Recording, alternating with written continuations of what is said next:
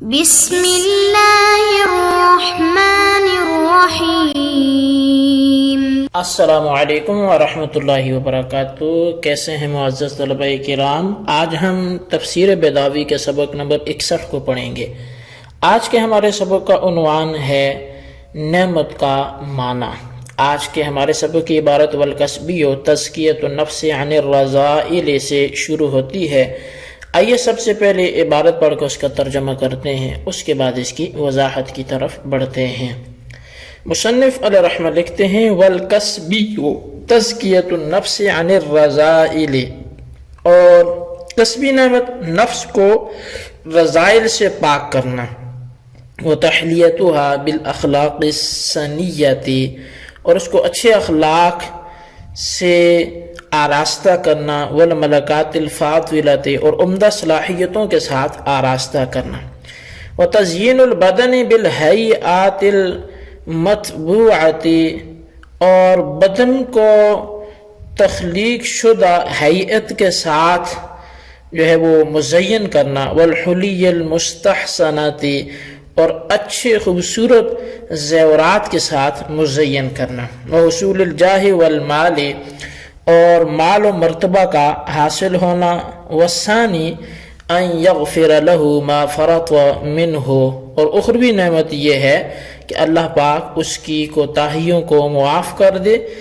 اور اس سے راضی ہو جائے، وَيُبَوِّئَهُ فِي أَعْلَى عِلِّيِّينَ مَعَ الْمَلَائِكَةِ الْمُقَرَّبِينَ أَبَدَ الْآبِدِينَ، اور اس سے راضی ہو کر اعلیٰ علیین میں ملائکہ مقربین کے ساتھ ہمیشہ ہمیشہ کے لیے ٹھکانہ عطا فرمائے۔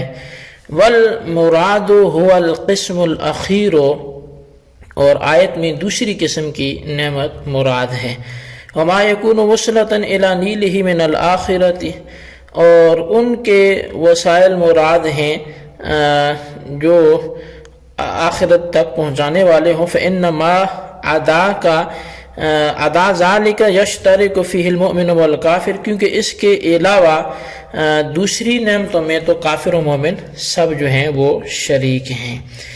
جی طلبہ کرام، یہ تھی ہمارے آج کے سبق کی عبارت، اس کا ترجمہ، اور جیسا کہ اب کے علم ہے کہ گزشتہ سبق میں ہم نے والنعمت هو الایصال سے، یعنی والانعام ایصال النعمت سے عبارت پڑھ کے اس کا ترجمہ کیا تھا، جبکہ وضاحت والانعام ایصال النعمت سے ہی آج شروع ہوگی۔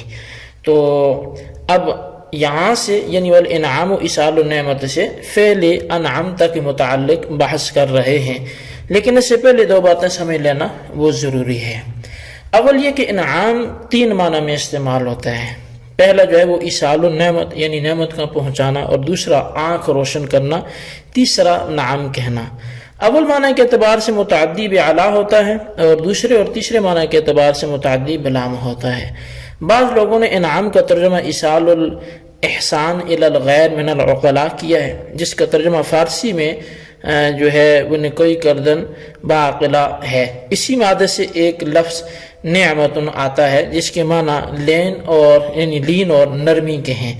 اسی مناسبت سے جلد ناعم نرم کھال کے لیے استعمال ہوتا ہے، اور اسی لفظ نعمت بالفتح سے یعنی کہ جو ہے وہ جو لفظ نعمت ہے یہ نعمت سے ماخوذ ہے بالفتح جو ہے، چونکہ یہ فعلتن کا وزن اور فعلتن کا وزن کیفیت اور حالت کے معنی جو ہیں وہ اس میں آتا ہے، اس لیے اصل وضع کے اعتبار سے نعمت کے معنی اس حالت کے ہوں گے جس کو انسان لذیذ محسوس کرتا ہے۔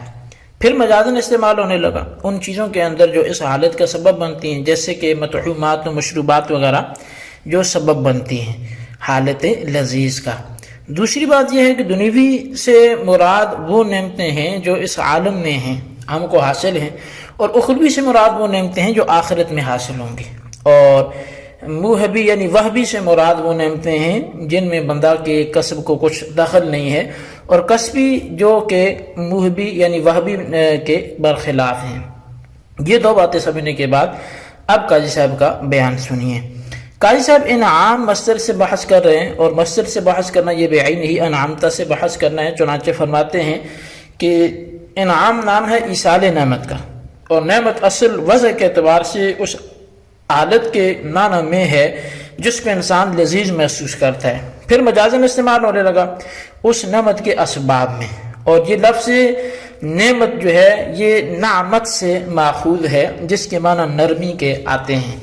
اب رہی یہ بات کہ نعمتوں سے یہاں کون سی نعمتیں مراد ہیں، تو مراد کو سمجھنے سے پہلے نعمتوں کی اقسام سمجھ لینا یہ ضروری ہے۔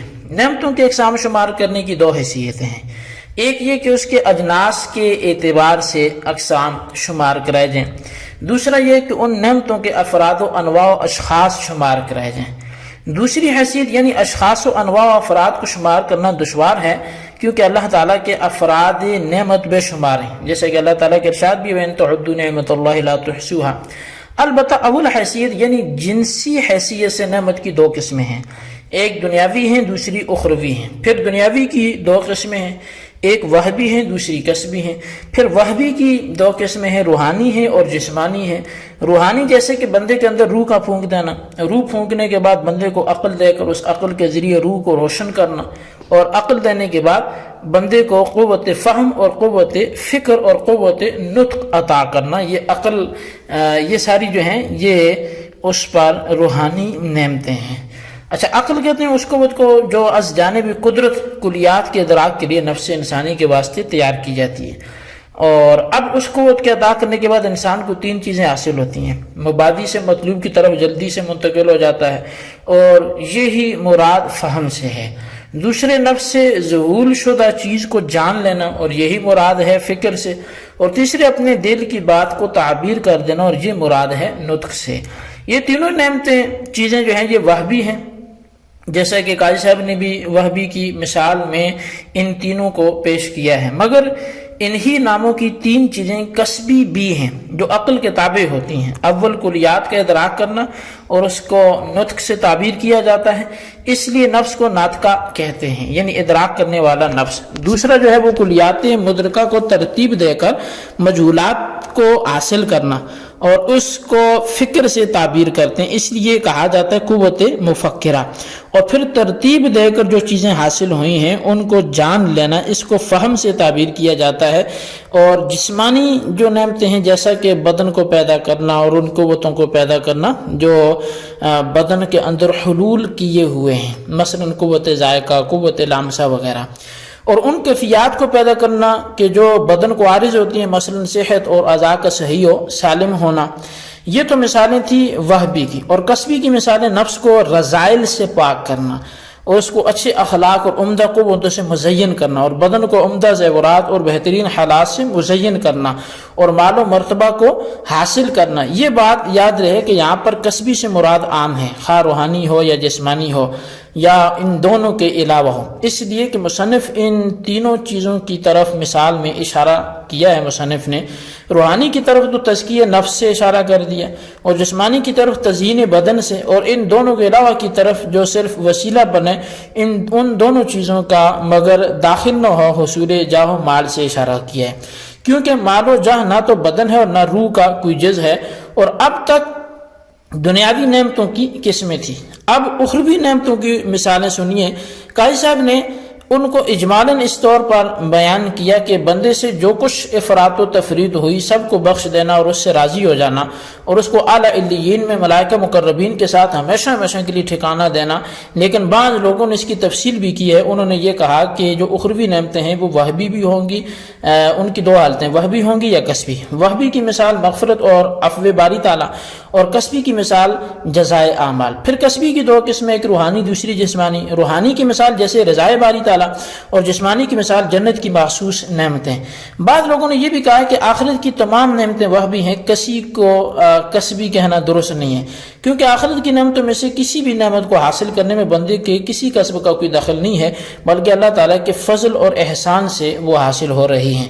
اگر ان نعمتوں کا ترتب بندے کے اسی کسب پر ہے جو دنیا میں ہو چکا ہے، تو بنیاد اس کی اس پر ہے، تو اللہ تعالیٰ ادائے حق کے قبیلہ سے اس پر کوئی چیز واجب ہی نہیں ہے، کیونکہ اللہ تعالیٰ پر تو کوئی چیز ہمارے ہاں واجب نہیں ہے۔ اور تو وہ جو کچھ بھی عطا کرے گا وہ صرف اس کا فضل اور انعام کے قبیل سے ہوگا، ادائے حق کے قبیل سے نہیں ہوگا۔ اور اسی کی طرف حضور علیہ الصلوۃ والسلام نے اپنے ارشاد میں اشارہ کیا، نبی علیہ الصلوۃ والسلام نے صحابہ کرام کو مخاطب کر کے جب ارشاد فرمایا تھا کہ آگاہ رہو کوئی شخص تم میں سے اپنے علم کی بدولت نجات نہیں پائے گا، تو صحابہ کرام نے عرض کیا کہ آپ بھی اے اللہ کے رسول؟ تو آپ نے فرمایا کہ ہاں میں بھی، مگر یہ کہ مجھ کو اللہ اپنے فضل و احسان سے بخش دے۔